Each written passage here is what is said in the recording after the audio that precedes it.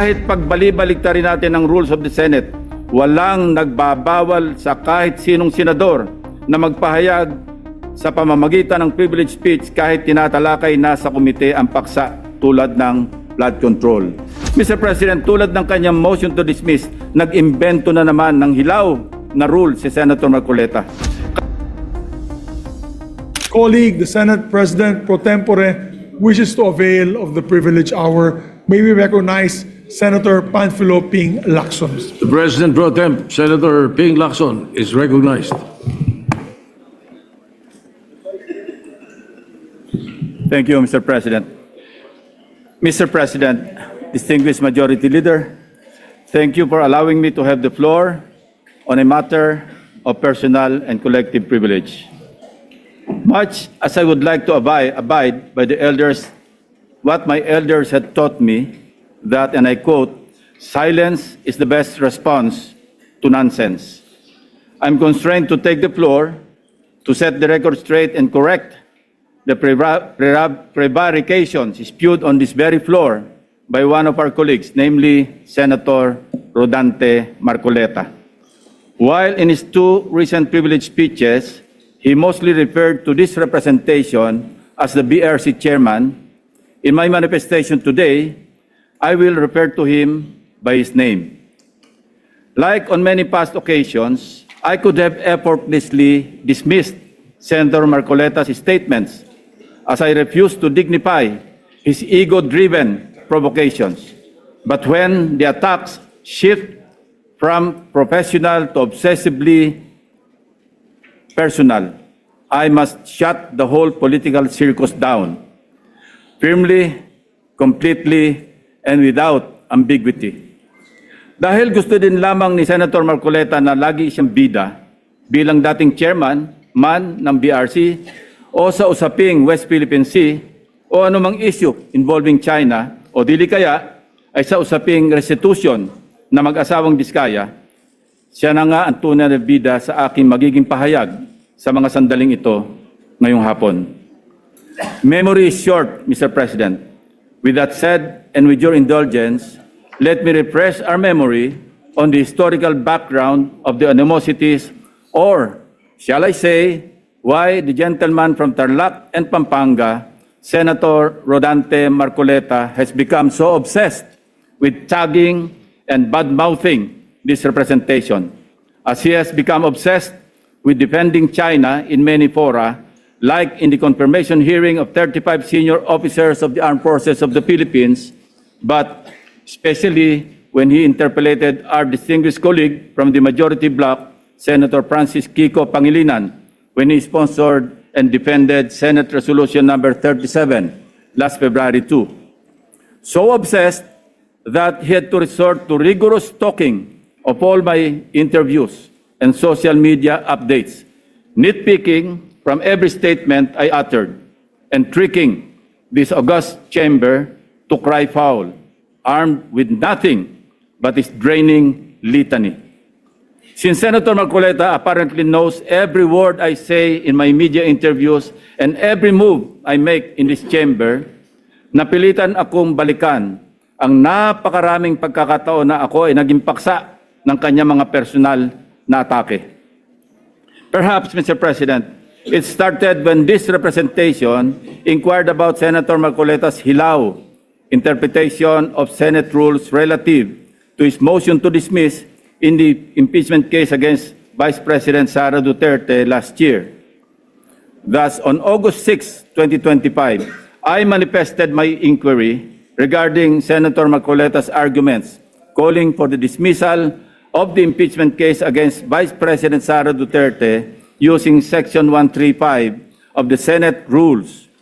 I highlighted that nowhere in our rules can we find a provision on a motion to dismiss, nor is there a suppletory application of the rules of court and other references like the Riddick's Manual, etc., to accommodate such a motion.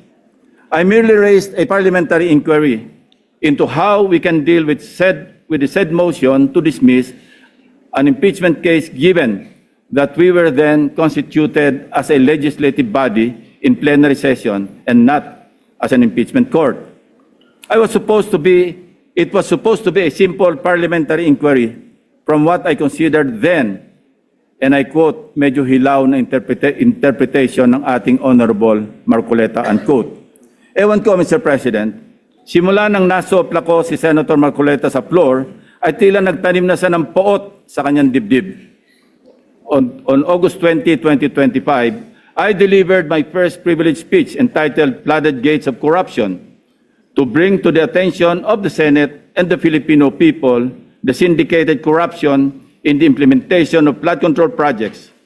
Pinaghirapan ko at ng aking team na buuin ang aming mga findings upang maisapubliko ang mga anomalya sa flood control na makakatulong sana sa sinasagawang inquiry in aid of legislation ng Blue Ribbon Committee na noon ay kanya pang pinamumunuan.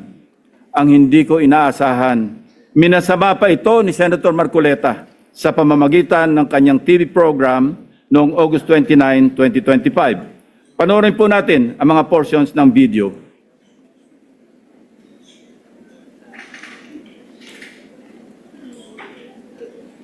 Ngayon, isang major committee yung Blue Ribbon, bawal na yung gagawa ka pa ng sarili mong pagpapahayag. Lalong-lalo na kung doon sa pagpapahayag mo, parang uulitin mo yung mga bagay na dapat sana doon na ihayag doon sa naunang pagtalakay. Parang may sarili kang expose, may sarili kang version. Oo, isang major committee. hindi dapat na ginawa pa yun. Kumbaga, kalabisan na yun. Sa tuntunin kasi, bawal na yun. Lalo na kung doon sa pagpapahayag mo, ay parang uulitin mo yung mga bagay na dapat sana ay doon na ihayag sa naunang pagtalakay. Hindi dapat ginawa pa yun. Kumbaga, kalabisan na yun. Sa tuntunin kasi, bawal na yun. Yan ang sinasabi ng isang taong nakasalamin sa hating gabi. Na yung nag-epal siguro. Yun ang pasikat, di ba? Yan ang sinabi niya, Mr. President. Mr. President, tulad ng kanyang motion to dismiss, nag-imbento na naman ng hilaw na rule si Senator Marcoleta.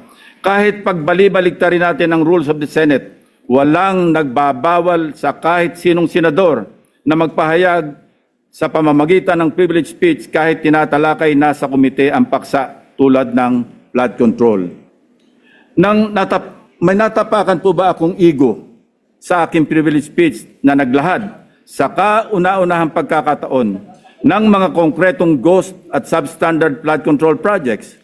May nasagasaan po ba akong pride sa pagpapangalan sa mga sangkot sa anomalya na sina Bryce Hernandez, Henry Alcantara at iba pang personalidad sa kauna-unahang pagkakataon?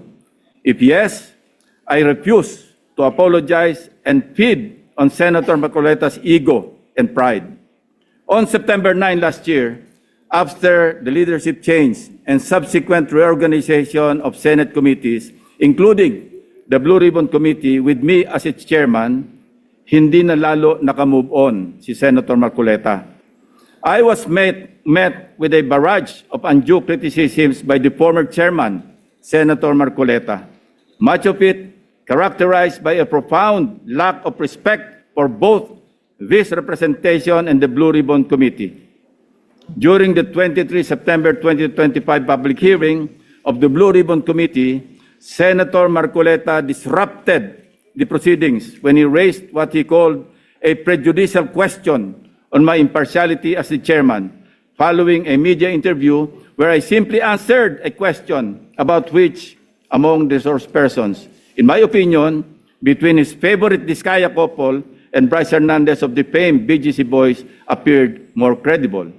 Siguro, nakakalimutan na ni Senator Marcoleta ang cases assigned for reading nung nasa law school pa siya. The Supreme Court in the case of Berbari versus Honorable Pedro Concepcion, GR number 16189, February 26, 1920, the court explained that, and I quote, prejudicial question is understood in law to be that which must precede the criminal action, that which requires a decision before a final judgment is rendered in the principal action with which said question is closely connected. Not all previous questions are prejudicial, although all prejudicial questions are necessarily previous. Hindi ko na nga siya pinatulan sa issue na yon para hindi ma-disrupt ang pagdinig kahit mali-mali dahil sa pagsasalang-alang sa kanya bilang isang abogado na dapat ay alam niyang applicable lamang ang prejudicial question sa mga criminal cases. Well, dapat.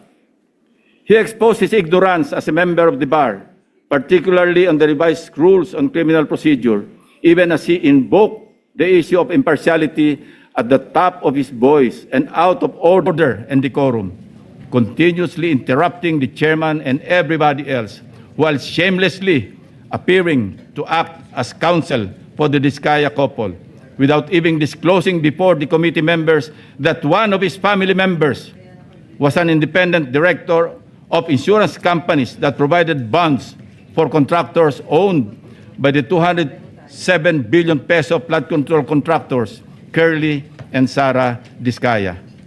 Being a non-lawyer, Mr. President, I hate lecturing a lawyer, no matter how low he ranks among his fellow members of the bar, if I may borrow the words of former senior Associate Justice, Supreme Court Associate Justice Antonio Carpio. Since he is now asking for it, I also thought, as lawmakers, we may as well be educated in this regard. So, let me state for the record the following.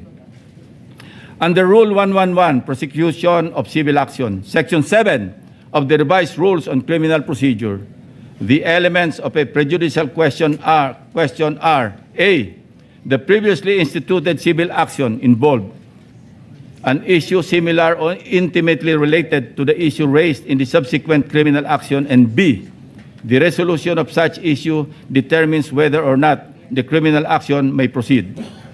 Kung may napansin ang mga manonood, ito ang naging asal ni Senator Marcoleta, which begged the question, why is Senator Marcoleta so protective of the Diskayas? This inquiry remains valid and grounded, and I can show you from the many, many occasions he stood for in support of the Diskayas. Let us watch.